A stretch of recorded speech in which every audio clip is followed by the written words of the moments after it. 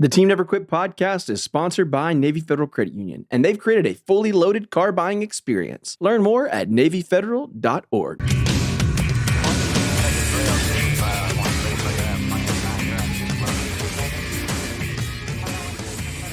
All right, guys, welcome back to another episode of the Team Never Quit podcast. Marcus, how you doing today, man? I'm blessed and unstoppable. There you go. Hey, we got a Patreon question of the day. What is your dream car? Do you go classic or do you go supercar? What are you thinking? Dre, you want this one? You go first. What do you got? Yeah, so the question is, what's the dream car? Dream car. Man, I'm not even that big of a car person, but if I had to pick one, I'd probably pick I like Mercedes. So I'll go with, I don't know, what's the highest level Mercedes they have? I don't know enough about cars. I probably would not do this question justice. I'll probably go with the, what do you got, the S550? That's probably not the highest they have, is it? I don't know. That's a good question. I'm not up on my Mercedes idea. because they had the different classes of it too. Yeah, there's a lot of classes. Yeah, the go with Maybach's nice though, right? Is that say that right? The Maybach? The Maybach is the Mercedes, right? Yeah, Right, yeah. So I'll go with the Maybach. Yeah. I'll take the Maybach. I'll probably get more than one car. If I can afford that, then I'll get another one. I'll get me probably an Escalade as well, like SUVs. They just guzzle the gas. They do. Drive, especially in the city. All right. Yeah. So this is my wife, Melanie, Dre. Hi. Hey, Melanie. Good morning. So I'm going to go with the Batmobile. Oh. And then, but the one that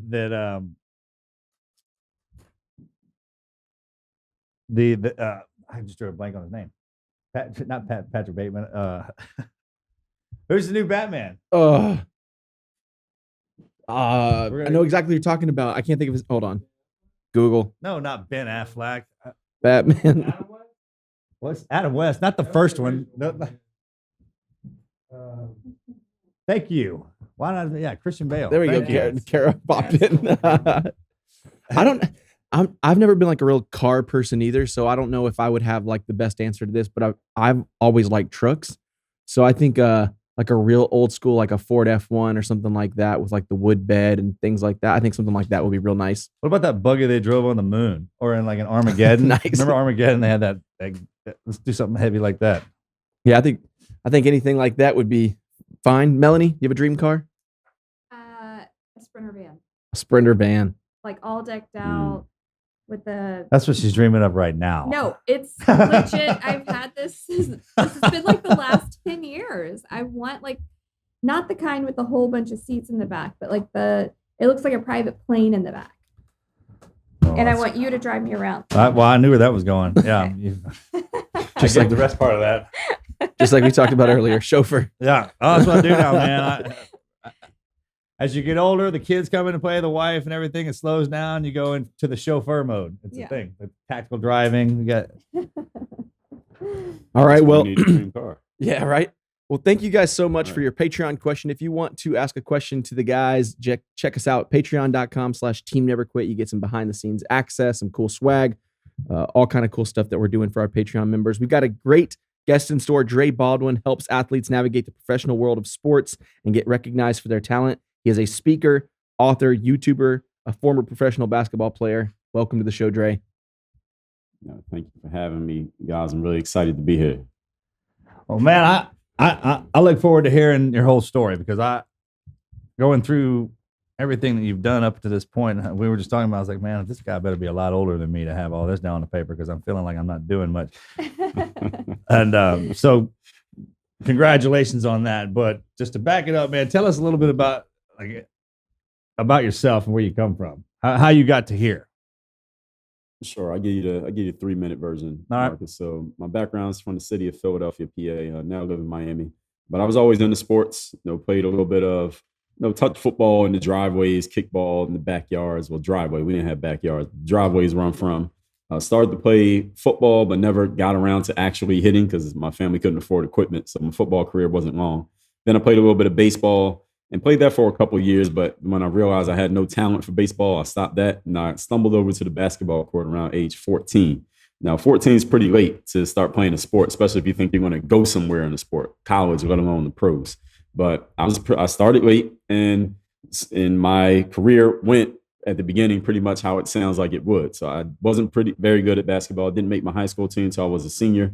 I sat the bench that year. I averaged 2 points per game. For those who don't know basketball, 2 points is not a lot. Maybe in soccer or hockey is a lot, but in basketball, it's not too good. I wanted to play in college, so I walked on. For those who don't know what that means you have no scholarship. Nobody knows who you are. You literally walk into the gym and you try to earn your spot on the team as a nobody. I was able to do that, and I played college basketball. I didn't set the world on fire, but I did play, which means maybe I was getting better. But at the same time, I was playing at the Division III level, and D3 sports is the third tier of college sports. So when you all watch college football on Saturdays or March Madness in the spring, that's D1, Division I. I was playing at Division III down in the basement. So us players from D3, we usually don't even dream about making it pro, let alone do we actually do it. So when I got out of school, I did not go pro immediately. I didn't have any agents knocking on my door trying to sign me. There was no bidding war for my services. My first year out of college, Marcus, I actually worked a couple regular, quote unquote, regular gigs. I worked as a assistant manager of Foot Locker. I sold gym memberships at Bally Total Fitness. Bally's is out of business right now. Hopefully not because of me. I think I did pretty well for them. But after that year, 1 year removed from graduation, give everybody a timeline. This is 2005. I went to this event called an exposure camp. Now, an exposure camp is like a job fair, but it's for athletes, where instead of you showing up with your resume, shaking hands and talking about what you do, you actually bring your sneakers and your gear and you play basketball against a bunch of other guys who we're all there for one reason. We're all trying to get a job in professional sports. So it's kind of like the NFL combine, but for basketball. But at the same time, we aren't the highest touted people. Anybody can come to an exposure camp because this is a for-pay event. You pay money to go to the event. So I paid my last $250 in cash. As a matter of fact, I didn't even have a credit card or a bank account in 2005. So I paid in cash at the door, and we just walked in and played basketball. 200 guys, all of us trying to get a job overseas, play ball. Now, the audience is not just regular people off the street. The audience are scouts, agents, managers, and coaches from all over the world who are looking for talent. So an exposure camp is also like a casting call to give people an idea of what it's like. Everybody's trying to get a job, and the people who can get you a job are sitting there watching you. And this is only 2 days. So I played well at this exposure camp, did my thing there, and I got a good scouting report, and I got some good footage. And I took that scouting report and footage because I didn't get offered a contract on the spot. I went back to Philadelphia, back to my job at Bally Total Fitness. And on my days off and after work, I was getting on Google and I was Googling basketball agents because my logic was basketball agents are the go-between. They're the middlemen between the job opportunities that I want and the talent. And hopefully I was the talent. So I started to call agents. If I could get an agent to represent me, they know the people that I need to connect with. They can help me get on. So I cold called about 60 basketball agents, Marcus, and of those 60, 20 of them replied to me and said, okay, let me see what you have. Because I told them, hey, here's who I am. Here's where I played. I have a scouting report. I have footage. 20 of them said, okay, let me see your footage. Let me see what you can do. And of those 20 that I sent my footage to, one agent replied back to me, one guy, and he signed me and he became my agent and he helped me get my career started. That was in Lithuania in the fall of right around this time, 2005. So just to go back in the story to give you one more piece that ties this all together, that footage from that exposure camp that I just told you I went to, it was on this thing called a VHS tape. Y'all remember VHS tapes? Oh, man, yeah. That's back in the 1900s, right? 1900s. Yeah, so I'm not as young as you think I am. So yeah, it's a VHS tape. So that's disturbing. Then he looks tape. Really, really young. Yeah, damn it. You know, either way. So this VHS tape, I knew that, these things, if you drop it, it gets wet. You leave it in the sun too long, it gets destroyed. Now, this is the most valuable footage I have is this VHS tape. So I needed this for safekeeping. So I took it to this audio visual store, got it transferred onto a data CD, put the data CD in the computer, and I uploaded it to this brand new website I heard about. You can put as much footage on there for free as you want it. It's called youtube.com.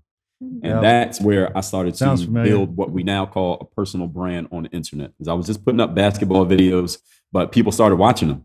And that's where I started to get known online. And the ironic thing is you do all this work to become a professional athlete, but I was playing in Europe. Most people in America never even seen a European basketball game. Most of my audience knew me from the videos I was making on YouTube, not that I was a pro basketball player. So it's just funny that it worked out that way. And along the lines, probably around 2010, I found myself unemployed at one point and I didn't have a job. I'm figuring out I'm an adult. I'm like, all right, well, how am I going to live and take control of my life? So I asked myself a really important question here, Marcus, and it was this: how can I do something where I'm doing what I love to do, which is play ball, where I have some natural talents, which is being on a computer, because I'm a computer geek and an athlete at the same time. and I can make money from it. How can I do all three at once?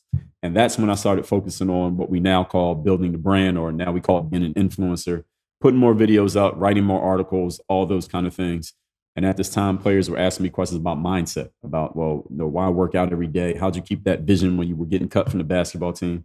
So I started making these videos every Monday called the Weekly Motivation. And that would just be a little quick selfie video before selfie videos were cool. 2-3 minutes every Monday, just giving people some mindset piece that I had just gleaned over the years. And it could be for sports, it could be for anything. I did that Weekly Motivation for about 400 Mondays in a row. And those videos became the foundation of what I do now, which is your base. Work on your game philosophy, right? And I'm not going to tell you the whole story. I'm sure we'll fill it in as we talk here. Wow, that's awesome. So I got a lot of questions now. So when you said you started basketball late at 14, just back it up with that. Why is it? I hear that a lot. Like, hey man, if you don't start your kid at birth from this, then they'll never accomplish anything.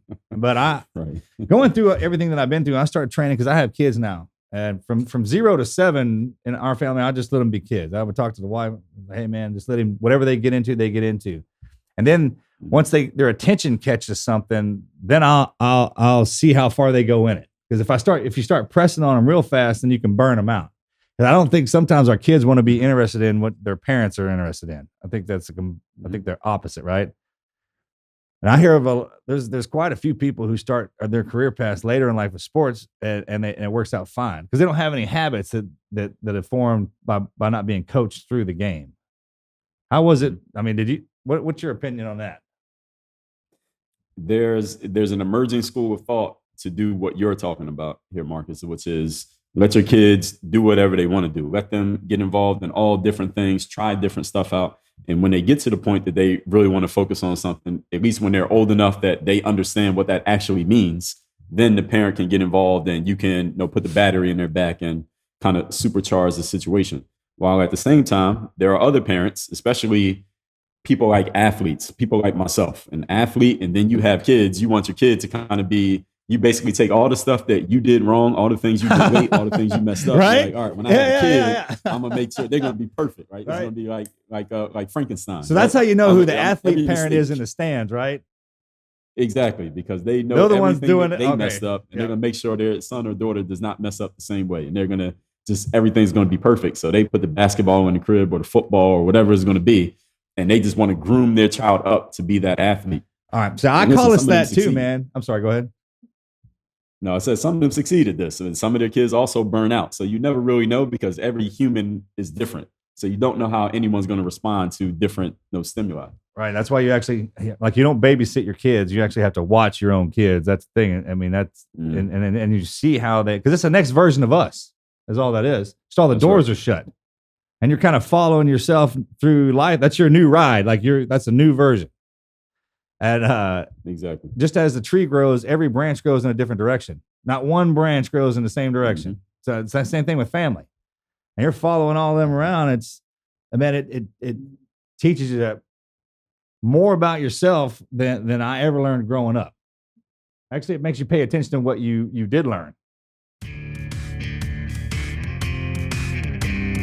We've got to interrupt the show to thank one of our sponsors, Coinbase. They are helping us put the show together. If you've been following this whole cryptocurrency craze, now is the time to start getting involved. Maybe you missed out on an opportunity in the past. Somebody told you about Bitcoin and you thought, I don't know, should I actually do it? Or maybe you were a little overwhelmed. Maybe you were intimidated. Maybe you didn't know where to start. Coinbase makes it quick and easy to start your own portfolio. And they're going to even teach you how to do it. Coinbase offers a trusted and easy to use platform to buy, sell, and spend all of your cryptocurrency all in one place. They support the most popular digital currencies on the market and make them accessible to everyone. They even offer portfolio management and protection, learning resources, and a mobile app so you can trade securely and monitor your crypto all in one place. Millions of people in over 100 countries trust Coinbase with their digital assets. Whether you're looking to diversify, just getting started, or searching for a better way to access crypto markets, start today with Coinbase. I've actually been using it for a long time. And funny enough, I think Melanie, Marcus's wife, is actually the one that kind of told me about it. And I had told her I was doing the same thing in another app. And she said, hey, you got to check out Coinbase. It makes it way easy. I did, and I love it. If you guys are looking to get into it, they're going to take care of you guys for a limited time. New users are going to get $10 in free Bitcoin when you sign up today at coinbase.com coinbase.com/TNQ. Sign up at coinbase.com/TNQ for $10 in free Bitcoin. This offer is for a limited time only, so be sure to sign up today. That is coinbase.com/TNQ.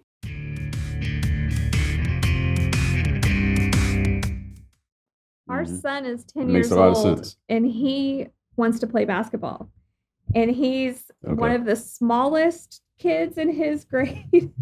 And he's never played a team sport before. And so he did a basketball camp this summer for like a week. I mean, maybe 5 days or something. And he loved it.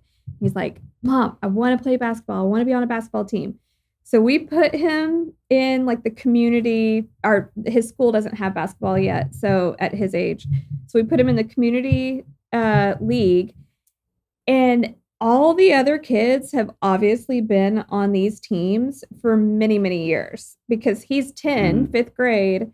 And we play, at home, we shoot hoops and do a little defense and stuff, but he doesn't know the actual rules of the game. And so when certain things are happening, he's just standing there like, wait, what? What am I supposed to do? That's the deep end of the pool. That's how we do it in this family. Yeah. I didn't know anything about anything. Just get out there. And all I keep telling him is to have fun. But it's kind of hard. Like if you don't know the rules of the game, but you know how it's played, I guess is the best way. Because one thing I was noticing is sitting in the stands, and I see these videos of parents getting upset because of the refs and everything. But if the kids don't know the rules. So a lot of times when the refs call a foul, it's just so they'll learn the rules. And that whole experience, I tell you what, it's what kind of brought me to a new perspective in life, a new cycle of life. Is having to see that vantage, because each one of those stages we go through in life are designed to teach us something at a certain point, and you can't see out of that.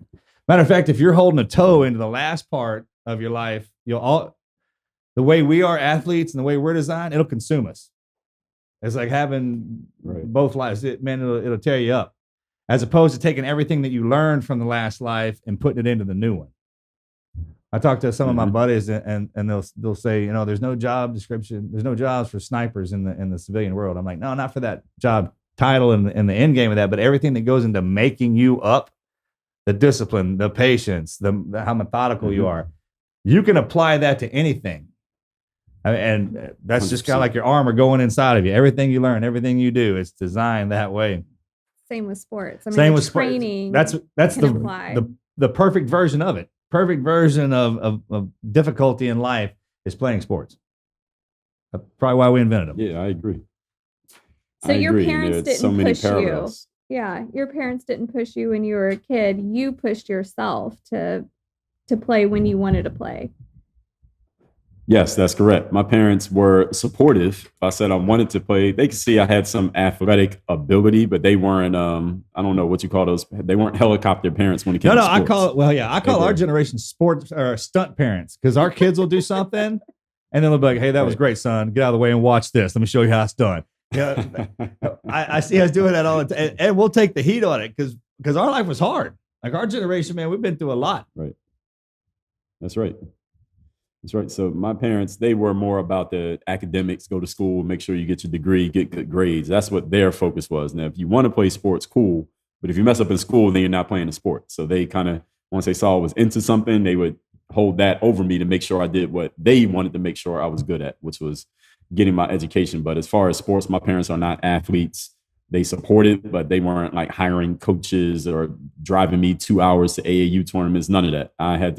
I basically had to bootstrap my way into becoming an athlete. This is the best way I can describe it. So who gave you that drive? I mean, when you sit down, like everyone asks me, like, how do you get always that never quit attitude? I was like, man, because everything I ever had to do, I was thinking about quitting. It was so tough on me that I had to literally get built from the ground up. And a lot of times with guys like us, it's just our work ethic. Man, we'll just outwork you. How'd that come about? Really, it's from my competitiveness, Marcus. I'm just a competitive person, very competitive. And once I got into sports, I found that was first of all, I had good home training. I had both parents at home. I got taught discipline. I got taught respect. I got taught honoring authority and respecting elders, all of that stuff.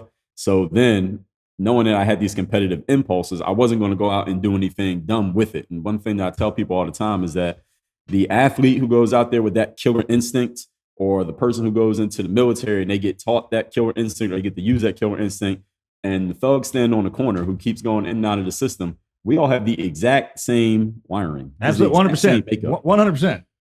We'd probably be worse. Same mindset. We'd be worse in the streets. Exactly, because we know we can do it in a 100% way. That's right. We can be methodical. Absolutely. Right. The only difference with us, Marcus, is that we got shown a way to do it. It's something that's socially acceptable, right? Which is sports or going into the military or something like that. So I always had those impulses. It's just that I had good influences around me to steer me into doing it in a way that I could actually, have a job doing it. I can make money from it and not destroy myself or destroy other people with it. So my thing was always that competitiveness. And it wasn't even me competing against people so much, Marcus and Melanie. I was competing against the situation. So when I found myself getting cut from the high school team, or not playing at the Division III level, so people are looking at me like, okay, well, you're not going to become a pro. You're playing D3. Or when I got out of college and I didn't have a job playing ball, and it looked like it was pretty much over for me. Nobody was saying that, but I made up the story in my mind that they were saying it because it gave me something to fight against, gave me a target, gave me something to shoot at. So that's always been my thing, is just having that thing to aim for. If I don't have anything to aim for, then I'm not going to give my best effort. But when I do, that's when I can go into hyperdrive and bring out the best of me. Sure. That's awesome. Because most people, when you're at a D3 and you're not going to go to pros or anything, they'd give up at that moment. Like, okay, shift focus. What else can I do in life? But you got out there and hustled your way into playing for the European leagues and, doing what you love doing. You were going to find a way. That's right. I know so many athletes at that D3 level who they wanted to do the same thing. They wanted to play pro basketball, but it's a very steep uphill climb you have to climb when you're coming from that level, and many of them just couldn't stay on the climb long enough to make it. You know what that molds y'all into? What there used to be a saying, man, like a well-rounded individial. Yeah, exactly. Remember that? Man, it's just like well-rounded, well-versed. They could play anywhere, they could travel anywhere. I'm like, how did you always got to think about it when we're sitting down around the fire at the end of the day and them young ones running around and they start hearing stories about you being on the other side of the earth playing a game. Like not just here, but over on the other side where you're not even from, right? And the dynamic of when you were talking about you can get pushed in either direction. There's one of my favorite stories is about the two wolves that lives inside of you. One of them is hate, discontent, and rage. One of them is love, patience, respect. And the one you feed is the one that wins, right? Mm-hmm. And if you feed both of them, that's a balanced life. One of them can take over from the other one and this, and the other. But when you go down that path of not hurting people, it allows you to live the life you want to live freely. They won't snatch it away from you. Matter of fact, they'll try and give it to you. And that's the main difference. Is that you don't have to sweat that part of it. Like at any moment, it can be taken away. It's like, no. At any moment, they're going to give you more of it because you keep doing so well with it. And if I was trying to tell my son, I was like, son, go out. I want you to go out there and play, meaning have fun. Don't try and play. If you go out there and try real hard to play, you're not playing. That's not what that is. And when I coach the athletes, the most amazing things y'all do are when no one's looking. When you're on that court balling by yourself, man, I see shots and you don't even try. You're not even trying. And it's just all day long. And then when everyone gets on there, it's just like, my kids sometimes, we can't even dribble. And I was like, that's okay. That's just, man, being around everybody else. But if you go out there and you're just playing around them, like you said that perfect. It's like, man, if you're out there trying to do it, it'll get hard on you. It's like trying to live your reputation. If you try to live your reputation, that ain't going to work. Just live your life and your reputation will grow around you. That's what you've done. Amazingly. Yes, I agree with that. And thank you. And I agree with everything that you just said there, Marcus. And also, Melanie, what you were saying, when your son's out there playing and they're running around, they might not know the rules. That's where the experience comes in. That's where we got to take the training. And then we have to go out we got to get off the simulator. We got to go out and do the real thing. And like you said, the deep end of the pool, and it's either sink or swim. That's what Kobe said about coming from high school to the NBA. Right? Sink or swim. You're going to make it or you won't, but we got to find out. Yeah. I feel like the problem with us, which this is offside, we're going on our end, but the community league only has one practice a week, and they don't really teach them the game. Yeah. They're just doing drills, which I get it. Like they're just learning basics right now, but they also need to learn the actual game. Yeah. So Kobe's been haunting me for a few weeks now. I mean, seriously, like in my head, Kobe's with me all the time about like, you got to get this kid right. I'm like, oh, I mean, I'm trying. Because you know how we are, man. But once we get in there, I'm like, no, we'll practice all day. I'll have that kid dribble until his hands bleed. Yeah. Right. That's why it's good to have an offset. Like, yeah, where I'm like, okay, let's take a break. He needs to eat. I'm like, no, he doesn't. He doesn't need food. Right. Kobe said he had his daughters practicing every day. Every day. Every day. Yeah. Every day. Well, once they decide that they're in, that's the thing. Yeah. And I don't have kids. So that's where that's where you got to make a judgment call as a parent. Like, all right, should I keep pushing them because they need it? Or do I kind of take my foot off the gas and let them be a kid? Sure. I don't know the answer to that question. I don't think there's a right answer. No. Yeah, that's the right answer. So the minute I know something, I don't know it because it's going to change. That's the only constant down here. Is if you like something, don't worry, it'll change. If you don't like it, don't worry, it'll change. Right. On a personal level, was that scary going to Lithuania and traveling all around Europe when you grew up in Philadelphia? You know, in a kind of sheltered. I'm imagining you didn't travel the world when you were young. No, I barely left the state of Pennsylvania when I was young. Yeah. So it was not scary at all. It was actually exciting. What would be scary is to still be there. Yeah. That is what would be scary had I never left, had I never done anything, because the neighborhood that I come from, I was just back there. My parents still live in the same house I grew up in. And when I was just back there this past summer, a lot of the same people are still there. And the people that I know that did move off the block, they didn't move that far. I mean, they're like a 20-minute car ride from being right back where they came from. And I knew the world. I didn't know, but I knew that the world was way bigger than where I came from. We had TV back then. We didn't have the internet, but we didn't have smartphones. We had TV, we had magazines, we had movies.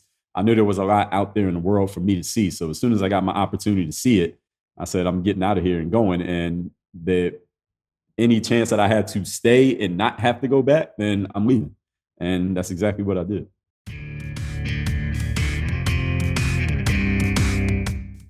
Let's take a second to thank our sponsors over at Talkspace. One of the hardest parts, I think, of 2020 for me was handling relationships. I had a business partnership not go the way I intended, and unfortunately, it was with a really good friend of mine, and I feel like our friendship was really affected from that, and that can make a huge impact on our lives. Life's pressures can cause those relationships to change, sometimes for better, sometimes for worse, and it's really frustrating because when you have somebody that close to you, whether it's a family member or friend or a business partner, a spouse, whatever it may be, it can be really hard to handle that, the feelings of that. That's really where Talkspace comes in. You know, as most of you guys know, I used to be a firefighter, and one of the biggest stigmas in the fire department is talking to someone makes you weak. One of the things I think that we can take away from 90% of our podcast guests is that it's quite the contrary. The people that talk to people tend to be the strongest. Talkspace is the #1 online therapy platform. There are thousands of licensed therapists available for you to match with access across dozens of specialties: anxiety, depression, relationships, and more. And Talkspace works around your schedule. So, you know, whatever you've got going on, you can definitely make time for yourself. You can make time for that mental health at your convenience.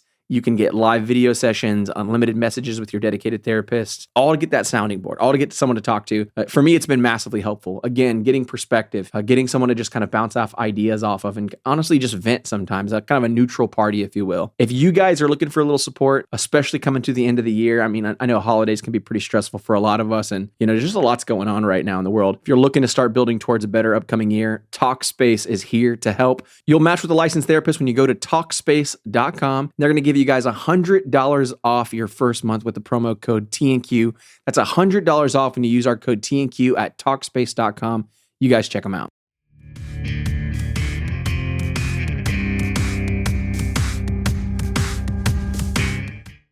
That's really cool. And it shows a lot about you, is that because most kids would be, I mean, even as a kid, 20-year-old would be terrified to go somewhere where you don't speak the language, you don't know.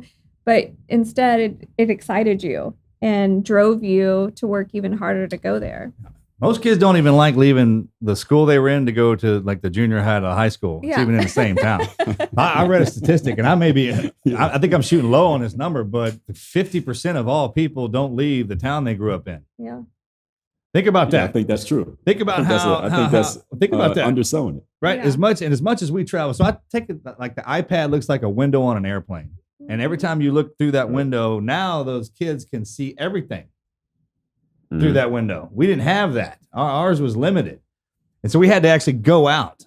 And when you stand that electronic, there's so much that's eliminated from that when you're actually there, like when you're feeling it. And I always heard the further you travel, the more you learn. Like wisdom is set far from when you come in. When you're wherever you're born, imagine that's the starting gate. And you may end up back there, but the roads lead all around. And every time you roll out, man, you come back with something. Imagine now when you roll back in the neighborhood, people know that. Yeah. They're like, he traveled the world.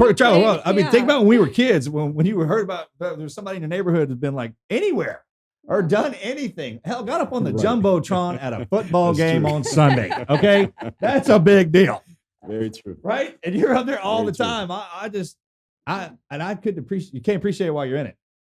You can't, because it would stop you. I think if you really learn to appreciate life the way I see it now, while you're going through it, you would stop and marvel at every moment so much that you couldn't live out another one. So I think by design, 100%. 100% true. And as kids, like you said, the era that we come from, if you wanted to see things, you had to actually leave the house. You had the TV and that was everything else. You had to leave the house. You wanted to meet people, you had to go outside. Now you can do a lot of that through the electronic device. And I think that is keeping people in the house. It's keeping people kind of in a shelter. It's keeping them in a shell. And you're not developing the same social skills talking to someone on a direct message as you are talking to somebody face to face, looking them in their eyes, shaking their hands, feeling their energy. All of that stuff matters. And that's where that well-roundedness that you talked about, we had no choice. And this is why I say our generation, people who are between the ages of about 30 to 50, we are the best generation. And the reason is 100%. we had the real life experience because we didn't have a choice. Coming up to the year, let's say up to about 2010, if you wanted to meet people or get anything done, you had to have personal one-on-one conversation. You had no choice. Yeah. But at the same time, we are young enough that when the internet and all this stuff, all these devices came in, we were young enough to take advantage of that as well. So we have the perfect mix. Whereas people older than us, they're too old. They couldn't get on hold of the electronic stuff. And these younger people, they didn't get the real life. It wasn't forced upon them. So we are the perfect generation, 30 to 50. I agree with all that. Yeah, for sure. I mean, and there's there's proof of that. Yeah. I mean, if there was a study, that would definitely show true. So you're getting out of the European League, and how did you transition from that to where you're at now? Excellent question. So the first thing was around that 2008, 2010 period. At one point, I found myself, I was a free agent. So I didn't have a job playing ball. And I had all this content on the internet. I was putting the videos out. I had a little website. I would blog every now and then. And people were liking my stuff. They just liked the way that I expressed myself and articulate it. But it wasn't a business at that point. Now, at this time, a bunch of things happened at the same time. So the first was being unemployed. The second was YouTube started monetizing videos. So you could actually make money from putting videos on YouTube. Because up to that point, YouTube was just cat videos and just your baby did something funny. It wasn't a business. So I was able to make some money from YouTube remember videos. That? So now everybody started doing it. Yeah, you remember that? So now everybody started doing it. And because I already had a bunch of videos out, I had some buzz to my name because I was doing it way before it was a cool thing to do. And I wasn't doing it for the money. I was doing it just to kind of pay it forward to the players who needed the same things that I had needed, but nobody had given to me. And at the same time, I read this book called The 4-Hour Workweek by Tim Ferriss. And he had talked about how you can test out a product on the internet and actually sell it. So I followed what he said, and it was a very simple thing. And I started selling basketball training programs for $4.99 online. And I remember the first sale that I made. This is probably around 2009. I used to have a BlackBerry phone. I know y'all remember the BlackBerries. Yeah. And so if you got an email on a BlackBerry, the little red light would start blinking. And I got the email that said, you made a sale, $4.99. And it was so primitive. The way I had my thing set up is that I didn't even have auto delivery. So if you bought something from me, a digital product, I had to open my computer and send you an email and attach the product to the email and send it to you. I did that for about a week before I figured out auto delivery systems. But the whole thing was, when I made that first sale that night, I said to myself, this is what I need to be doing, because I can trade on my intellectual property for the rest of my life, but I cannot trade on my physical ability for the rest of my life. I can't jump higher than everybody. So there was a moment, but I can. Yeah. Yes. There's an actual, I try and say that too. I was like, no, I remember going into the first life, probably like you did when you got into the teams. It's like, hey, I'm all in. Now I'm going to live, eat, and breathe this life. That's all I got. And then there's a moment when you realize that settles in. And it won't come before it's supposed to or after. It settles in right when it's supposed to. And you know it. And that's the refreshing part about stepping off and doing something new. Most people, I think, they get lost because they either don't wait or enough or they get too impatient with it. But it does happen, for sure. Yeah, it does. And so I made that first sale, kept making programs and selling them. And mind you, I kept playing ball at this point. I didn't quit basketball. So this is about halfway through my career. I didn't stop playing until 2015. So when I started doing those weekly motivation videos, as I spoke about earlier, when I was just talking about mindset, the interesting thing that happened, and this is the thing that really led me to where I am today, was that people who didn't even play basketball started following me online. And they would watch my stuff and they would say, Dre, I'm following you not because I'm trying to learn how to make the NBA or dunk a basketball. I follow you just to watch that weekly motivation. I don't watch anything else you put out because I don't need to do the Kobe move. But when you do that weekly motivation, I watch that because the way you're talking about it, anybody can use that. That's not an athlete thing. That's a business thing. That's a life it's thing. what's that's inside you. Skills. It goes into making you up, right? That's the better. Exactly.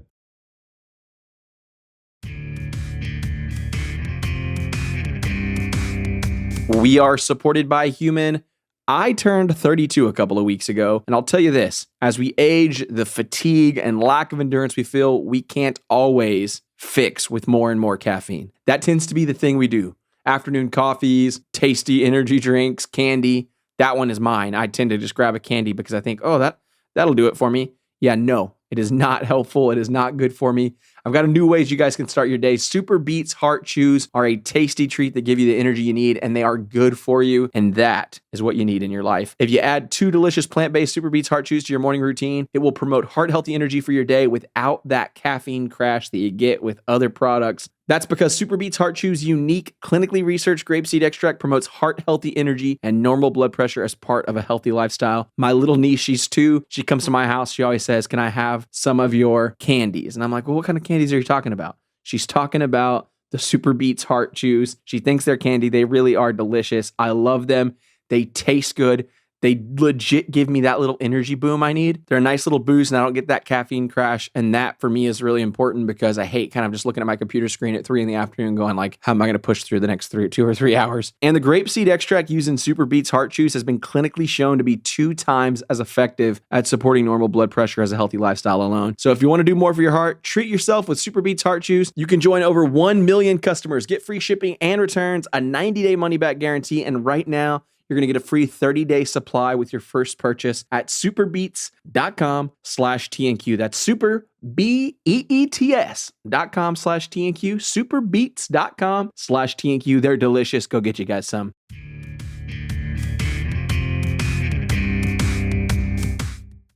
So when people would tell me that, they said, Dre, this is life stuff. That's not athlete stuff. So that planted a seed in my mind. Okay, when I'm done playing ball, I'm just still going to take this little element right here and then I'm going to see what I can do with this. Where can I take this? But I didn't know anything about the thought leadership world, about, mind you, self-publishing was just becoming a thing at this time where you could publish your own book and you didn't have to go through a gatekeeper. I didn't know there was such thing as professional speaking. I didn't know there was such thing as people paying you money to give them advice, what we now call coaching. I didn't know any of that existed.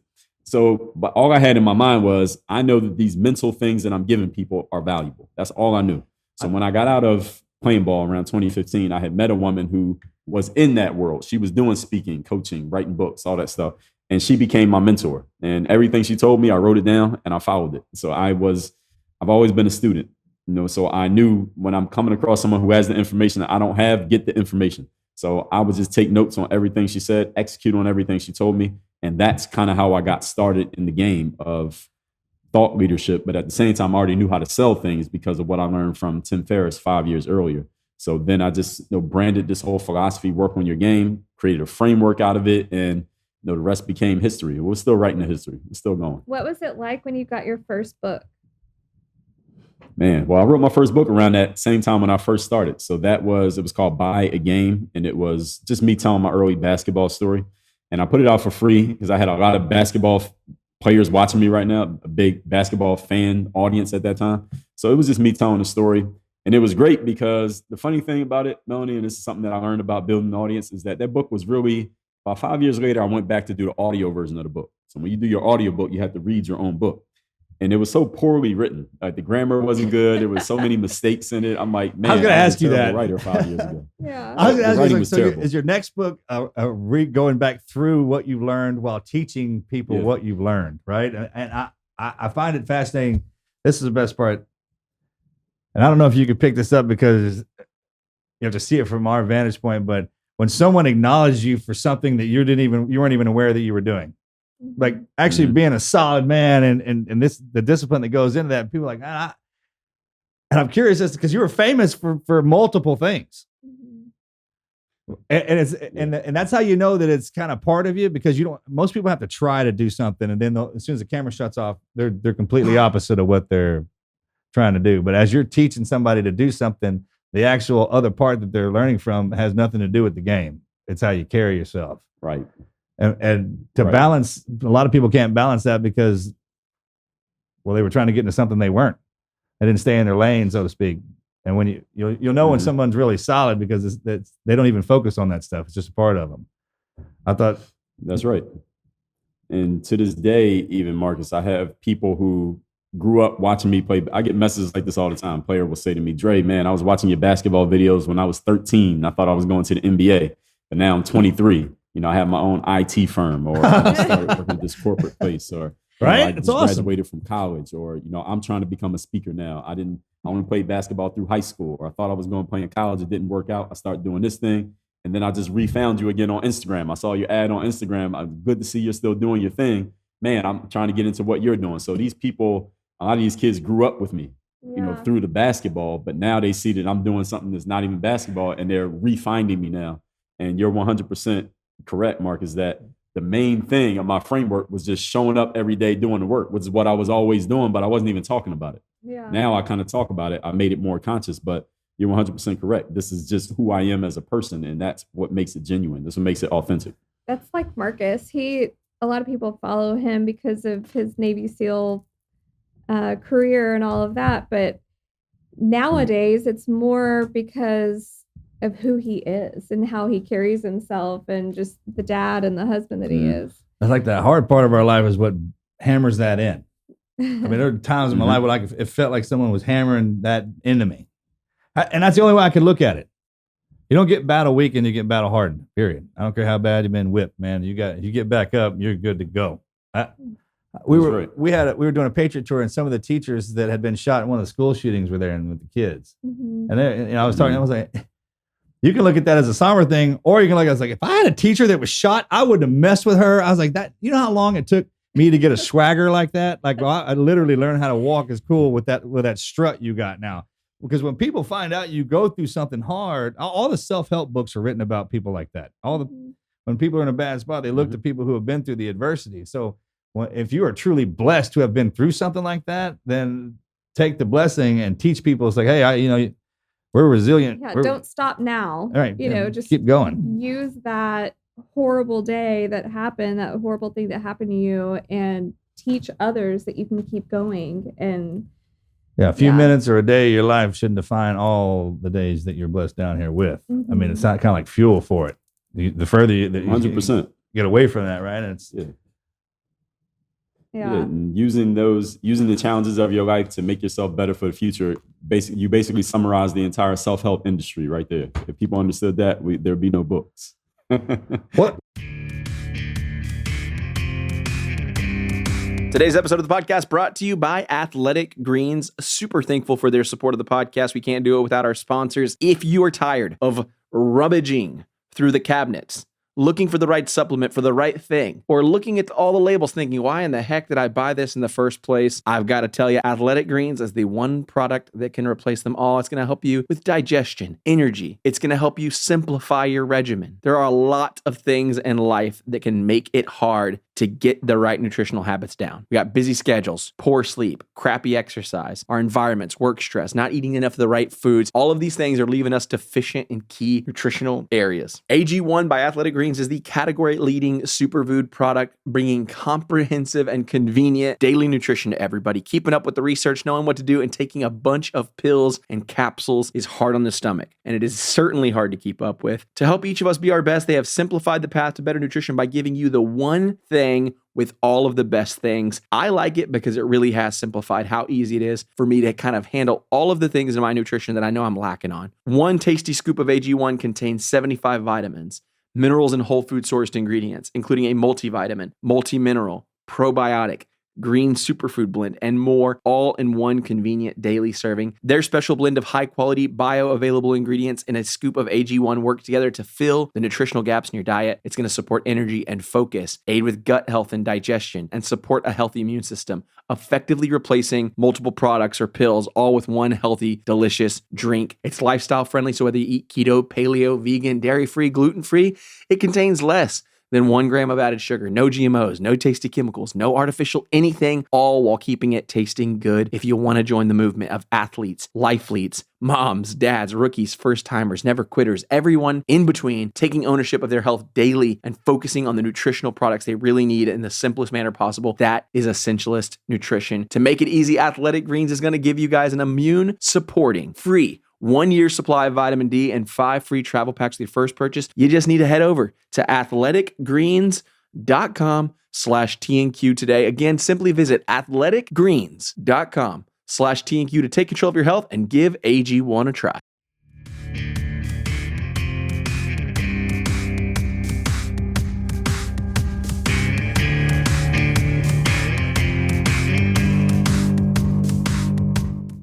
And it perpetuates us different ways so they understand. It perpetuates us to get out there to keep going. Right. You're like, why do you keep doing this? Like, man, I don't know. It's like an autopilot now. Like, it's routined in there so much that the body, the brain, the spirit's like, all right, let's get up, turn that fire up real hot because we're gonna jump right in it and get pure ourselves out. And then people, the internet, when you're talking about YouTube and the ability for everybody to get on there to. Yeah. It does have its advantages. I get online sometimes just to watch in amazement. Mm-hmm. I mean, if you don't think something's possible, type it in and look it up. Right. And you probably see somebody getting it done. Yeah. And that to me is amazing. Do your parents look at you now and are super proud of everything that you've accomplished?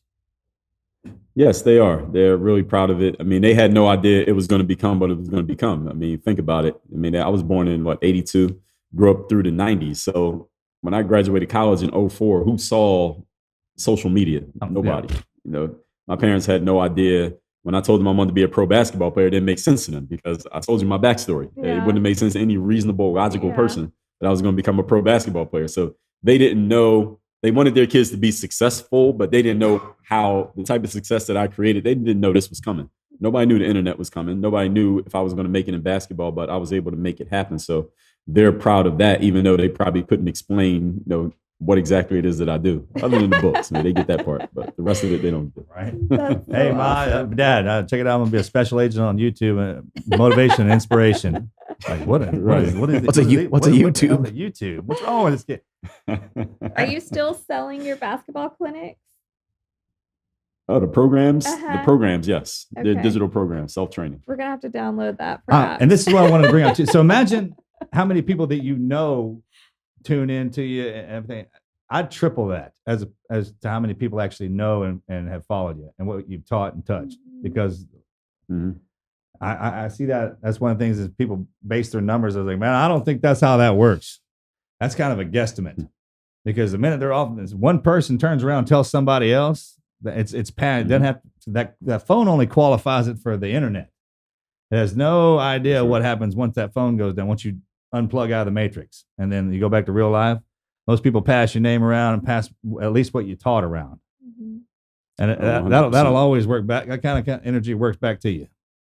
The harder you push in the right direction, man, eventually all that negative stuff just pushes away from you. You create that bubble, and that's amazing. Seriously. Right. Law of reciprocity, law of karma, law of the universe, all those laws. Yeah. It's real. It's real. We know it. It's real. So if you were to go back and change anything is there anything you would change in your legacy? Anything that I would change? No, probably not, because I wouldn't. If I had changed anything, it's kind of like the butterfly effect. We wouldn't be here having this conversation right now. Only thing, if I could do anything different, let's say if I'm teaching someone who's 20 years younger than me, what would I do different at your age? I would get into personal development earlier. I would understand the value of investing in yourself, understand the value of the law of association. Getting around the right people is even more valuable than all the hard work you can do yourself. When you have the right people around you, you can go further, faster.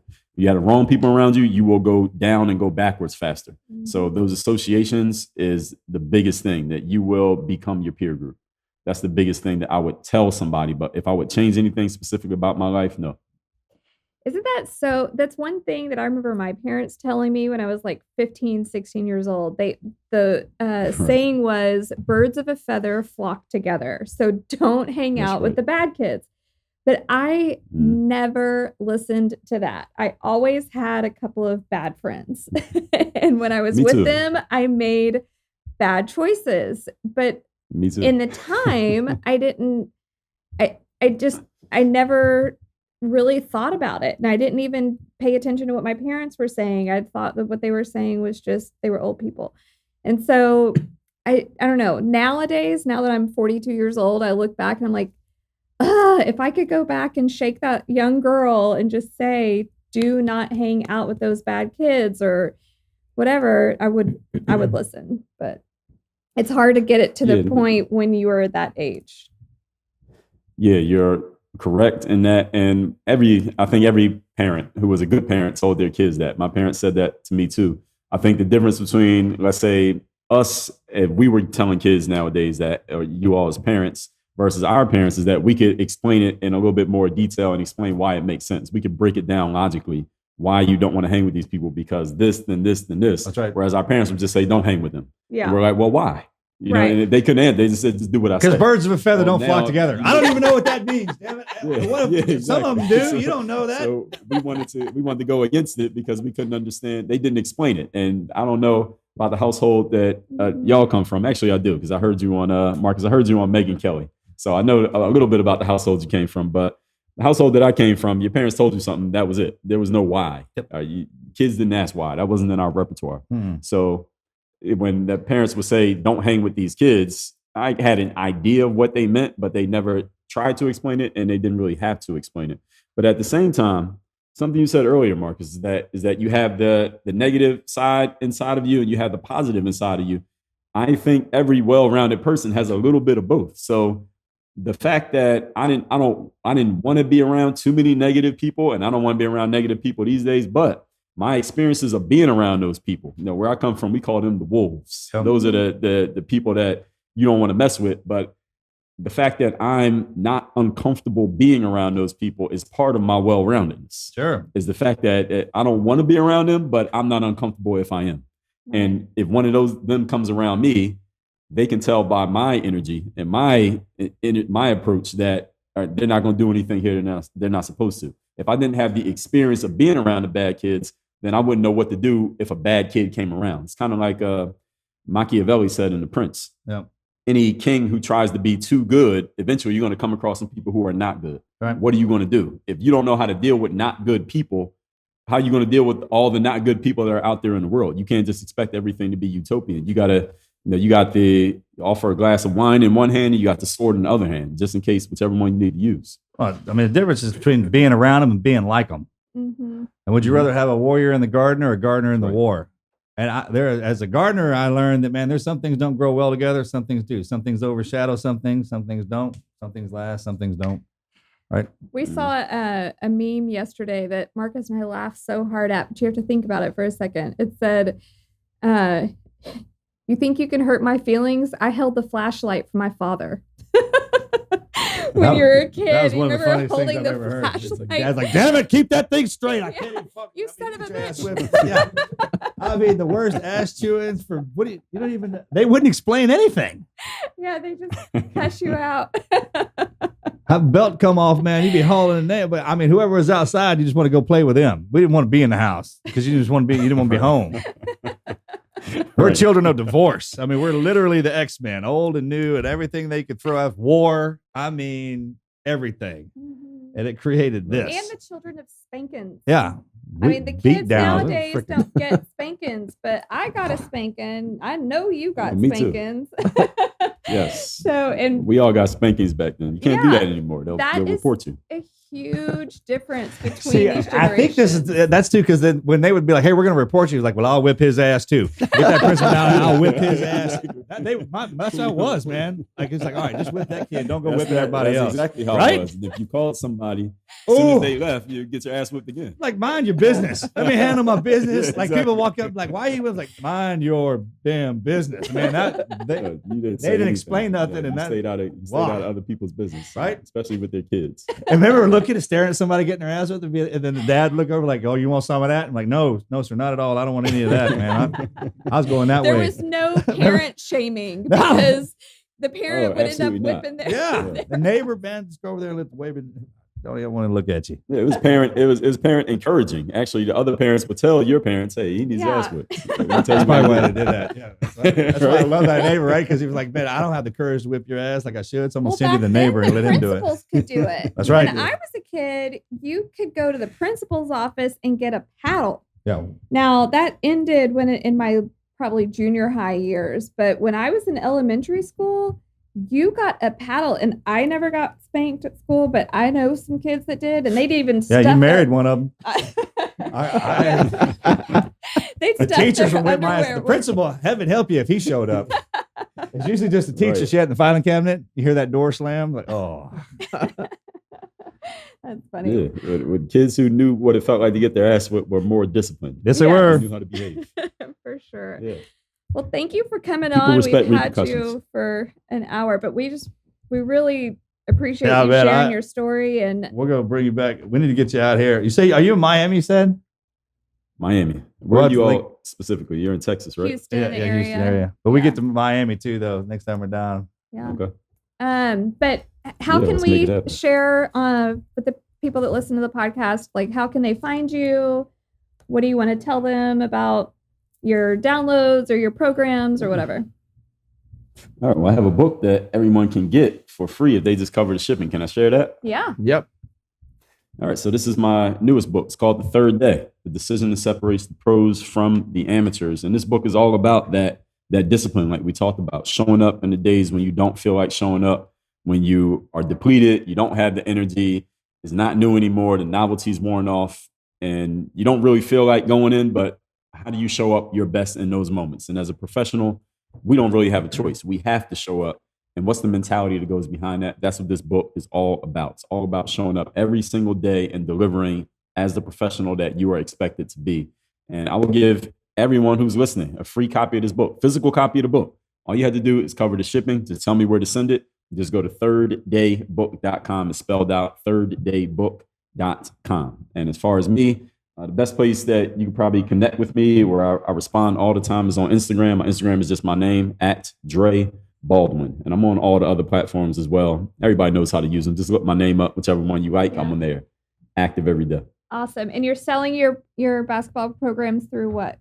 On your website? Oh, the basketball programs are at hoophandbook.com. Hoophandbook.com. We're gonna be one of your customers. Yeah. Okay. Man, you just taught me something else new too. The way you said that. The days that are hard in the gym, like when you don't want to be in there, you don't want to go. Those are the discipline days. Like, don't look at it like you're going in to train your body. Don't look at it like you're going in to train your discipline. I've never explained it like that. But when you look at it like that, because all you have to do is show up. That's 100%. Just show up. Man, thank you for the knowledge. Showing up. I appreciate you. Yeah, thank you. I appreciate both of you, Marcus, Melanie. Thank you for the opportunity. Thanks, Dre. Yep. Appreciate it, man. God bless you, man. Bye. Thanks, everybody.